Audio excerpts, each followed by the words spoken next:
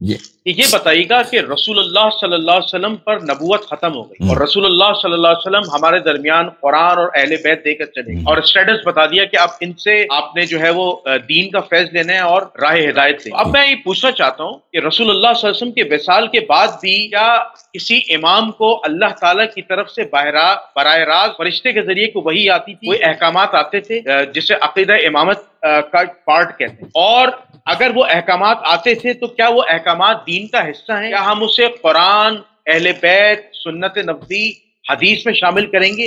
اس کی ذرا شرعی دلیل دے دی۔ دیکھیں یہ احکام اللہ کی جانب سے، اس کے ہمارے پاس میں نے تو کوئی ایسی حدیث نہیں دیکھی کہ اللہ کی جانب سے ان کو احکام آتے ہیں کہ جدید احکام جو شریعت کا جزو، ان کے پاس دیکھیں اللہ کے نزدیک دو قسم کے علم ہیں، یمحو اللہ ما یشاء ویثبت وعنده ام الکتاب۔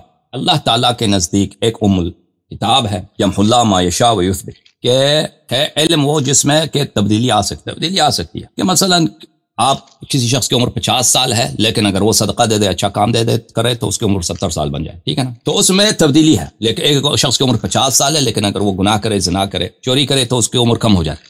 ایک شخص علم ہے کہ ایک شخص راحت کی زندگی گزارے مگر یہ کہ وہ گناہ کرے، اگر گناہ کرے تو اس کو فقر ملے گا، زندگی میں فقر ہوگا، ٹھیک ہے نا۔ تو یہ ایک علم ہے، یمحو اللہ ما یشاء ویثبت۔ یہ علم اللہ تعالیٰ نے اہل بیت علیہ السلام کو عطا کیا ہے، لیکن یہ ہمیشہ تغیر کرتا رہتا ہے، بہت ساری چیزیں آگے پیچھے ہو جاتی ہیں اس میں، کیونکہ وہ اللہ نے بندوں کو اختیار دیا ہے، اللہ نے جو اختیار دیا ہے اس کی وجہ سے لوگوں کے زندگی کے کنڈیشن چینج ہو جاتے ہیں تو ان کی تقدیر بدل جاتی ہے۔ ایک علم ہے اللہ تعالیٰ کے پاس کہ وہ اس کو پتہ ہے یہ شخص جو ہے جس کی عمر یمحو اللہ ما یشاء ویثبت، اللہ محو کرتا ہے اور ثابت کر دیتا ہے، ٹھیک ہے نا، بدل دیتا ہے تقدیر۔ اس کی عمر 50 سال ہے لیکن وہ غلط کام کرے گا تو اس کی اصلی عمر 30 سال ہے، تو اس میں کوئی تبدیلی نہیں، وہ اللہ کے لیے مخصوص ہے، اللہ نے وہ علم کسی کو نہیں دیا جس میں کوئی تبدیلی، کوئی چینج نہیں، وہ اللہ نے کسی کو عطا نہیں۔ لیکن ایک علم ہے جس میں تبدیلی ہے، وہ اللہ نے اپنے نبی صلی اللہ علیہ وسلم اہل بیت علیہ السلام کو دیا، کیونکہ اس میں تبدیلی ہوتی ہے تو تنزل الملائکۃ والروح فیہا باذن ربہم من کل امر سلام ہی حتی مطلع شب قدر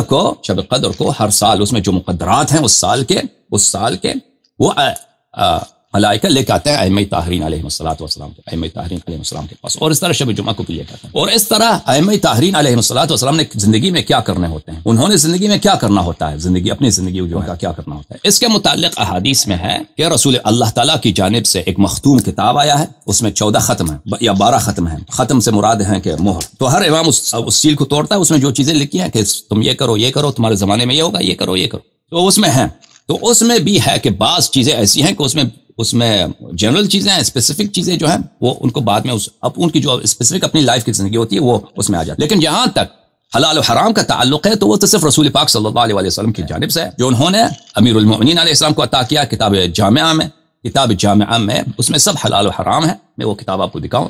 لیکن سب سے اہم بات یہ ہے کہ یہ چیزیں آپ لوگوں کے لیے ہمارے اور مسلمان بھائیوں کے ساتھ اس باتوں پہ بات کرنے کی ضرورت ہی نہیں ہے۔ پہلی بات یہ ان تفصیلات پر کہ امام علیہ السلام کے پاس کیا ہوتا ہے، پہلی بات یہ ہے کہ ہم طے کریں کیا نبی کریم صلی اللہ علیہ وسلم کے بعد ان کے جانشین ہیں یا نہیں، یہ دین کامل ہے یا دین ایسے ادھورا، ٹھیک ہے نا۔ نبی کریم صلی اللہ علیہ وسلم دنیا سے گئے، انہوں نے کسی کو نہ جانشین تعین کیا، نہ قرآن جمع کیا، نہ سنت جمع کیا، ایسے چلے گئے، بس ختم بات۔ اور مسلمان آج تک اختلاف کر رہے ہیں کہ کیا ان کے پاس جانشین ہے یا نہیں، ٹھیک ہے نا۔ اب ان جانشینوں کے کیا خصوصیات ہیں، یہ بعد مرحلے میں آتا ہے، بعد کے مرحلے میں مثلا ایک شخص اللہ کو مانتا ہی نہیں، اب وہ آ کے کہتا ہے کہ قرآن جو اللہ کی کتاب ہے یا نہیں ہے۔ بھائی اگر کوئی اللہ کا وجود ہی نہیں ہے تو اس کا کتاب کیسے ہو سکتا ہے؟ پہلے ہم اور آپ یہ تو طے کریں کہ اللہ ہے، کوئی اللہ زمین و آسمان کا کوئی خالق ہے۔ اگر اس زمین و آسمان کا کوئی خالق ہے پھر اس کے بعد دیکھیں گے نا کیا قرآن ہے اس کا کتاب ہو سکتا ہے، یا قرآن مثلا اس میں غلط باتیں کنٹرڈکشنز ہیں کہ وہ اللہ کی کتاب نہیں ہو سکتی۔ پہلی بات یہ ہے کہ آپ لوگ جب ہم سے اس طرح کے سوال کرتے ہیں یہ سوال جو ہے منطقی ترتیب کو چھوڑ کے ہٹ سے ہے۔ یہ ایسا ہے کہ ایک مشرک کی طرح آ جائے، ایک ایتھیسٹ کہتا ہے کہ قرآن میں جو ہے وہ آپ کے قرآن میں غلط باتیں لکھی، یا قرآن کا اللہ کا کتاب نہیں ہو سکتا۔ بھئی تم پہلے مان لو اللہ ہے یا نہیں، اللہ اگر ہے تو پھر بات کریں گے کہ کیا اس کا کوئی کتاب ہے کہ نہیں، قرآن بھی اس کا کتاب ہے یا نہیں۔ یہ عزیزو کتاب ہے کتاب شریف الاصول من الکافی جلد نمبر 1 چاپ دار الکتب الاسلامیہ، یہاں پر صفحہ نمبر 238 میں یہ باب ہے، کتاب باب فیہ ذکر الصحیفۃ والجفر والجامعۃ ومصحف فاطمہ علیہ السلام۔ یہاں پر اس حدیث میں دیکھیے کہ حضرت امام صادق علیہ السلام فرمایا یا ابا محمد، انہوں نے فرمایا ابو بصیر سے کہ ابو محمد وَإِنَّ عِنْدَنَا الْجَامِعَةَ وَمَا يُدْرِيهِمْ الْجَامِعَةَ، ہمارے پاس کتاب جامعہ ہے. صحابہ تابعین کو کیا معلوم کہ جامعہ کیا کون سی کتاب ہے؟ قلت جعلت فداکم الجامعہ، میں نے کہا جامعہ کون سی کیا کتاب ہے؟ قال صحیفۃ طولها 70 ذراعا بذراع رسول اللہ صلی اللہ علیہ وسلم. یہ ایک ایسا صحیفہ ہے، ایسی کتاب ہے کہ اس کی طول جو ہے 70 ذراع ہے. ذراع یہاں سے یہاں تک بولتے ہیں. رسول پاک صلی اللہ علیہ وسلم کی جو ذراع ہے کونی سے لے کر انگلی تک، اس کے ذراع کے مطابق 70 ذراع. اور وہ ان کی املا ہے. املا بولتے ہیں ڈکٹیشن کو، کہ میں بولتا جاؤں آپ لکھتے جائیں، اس کو بولتے ہیں املا، ڈکٹیشن. رسول پاک صلی اللہ علیہ وسلم بولتے گئے.